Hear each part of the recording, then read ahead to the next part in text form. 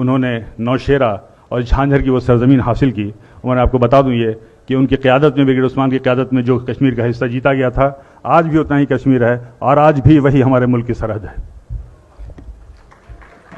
ان کے لیکن 3 جولائی 1948 کو اب وہ اپنے کیمپ میں میٹنگ کر رہے تھے. میٹنگ کرنے کے بعد نکلے، ظاہر سی بات ہے پاکستان کی فوج کے نشانے پہ تھے وہ، اور پاکستان نے ایک 25 پاؤنڈ کا گولہ ان کے اوپر ڈائریکٹ داغا اور وہیں وہ شہید ہو گئے تھے. حالانکہ شہادت کے وقت انہوں نے کہا تھا کہ میں تو جا رہا ہوں، لیکن یاد رکھنا کہ اس سرزمین کا ایک بھی ٹکڑا کسی دشمن کے ہاتھ میں نہ جانے پائے.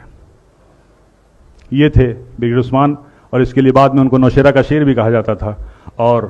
انہیں بعد میں مہاویر چکر بھی دیا گیا. حضرات، یہ جو قربانیوں کا سلسلہ ہے، چاہے ملک کی ترقی میں ہو یا ملک کی آزادی میں ہو، اس کا اب ظاہر سی بات ہے اس صدیوں کی کہانی کو لمحوں کی زبانی میں کیسے بتاؤں. ایک چیز جو میں ضرور کہنا چاہوں گا وہ یہ ہے کہ تاریخیں صرف پڑھی نہیں جاتی ہیں، تاریخیں لکھی بھی جاتی ہیں.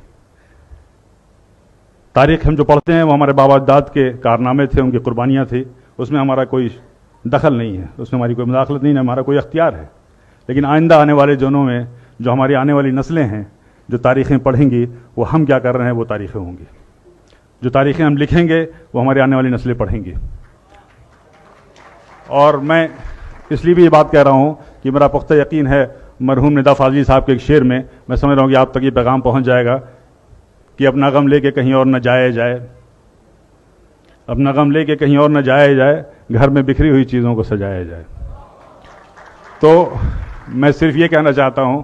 کہ ہمیں اپنے گریبان میں دیکھنا ہوگا، ہمیں حالات پہ نظر رکھی ہوگی، ہمیں اپنی ذمہ داریوں کو سمجھنا ہوگا، ہمیں وہ سارے فیصلے لینے چاہیے، وہ قدم اٹھانے چاہیے جس میں اس ملک کا بھلا ہو، اس ملک کا مستقبل ہو، ہماری قوم کی فلاح و بہبود ہو. ورنہ ہمارا عاقبت پہ بھی یقین ہے، قیامت پہ بھی یقین ہے، اور آخرت پہ بھی یقین ہے. کہیں ایسا نہ ہو کہ آنے والی نسلیں ہمارے دامن کو پکڑیں قیامت کے روز کہ آپ نے یہ کیا کیا. اور یہ پیغام ہے میرا، یہ میسج ہے سیاسی رہنماؤں سے، مذہبی رہنماؤں سے. بڑے بڑے ادارے ہیں، بڑی تنظیمیں ہیں، بڑے عالم دین ہیں لوگ، بڑے بڑے دانشور ہیں، کیا کیا فیصلے لیتے ہیں. اس فیصلوں کو لیتے وقت آپ کو دھیان رکھنا ہوگا، آپ کو اس نظر میں رکھنا ہوگا کہ اس ملک کا ایک مستقبل ہے، اس ملک کے حق میں سوچنا ہے، اور صدیوں سے جو ہماری قومیں رہ رہی ہیں، جن سے ہمارے رشتے ہیں، ان کے حق میں سوچنا ہے، اپنی قوم کے حق میں سوچنا ہے. اور اس بات سے میں اس پیغام کے ساتھ میں اپنی بات ختم کر دوں.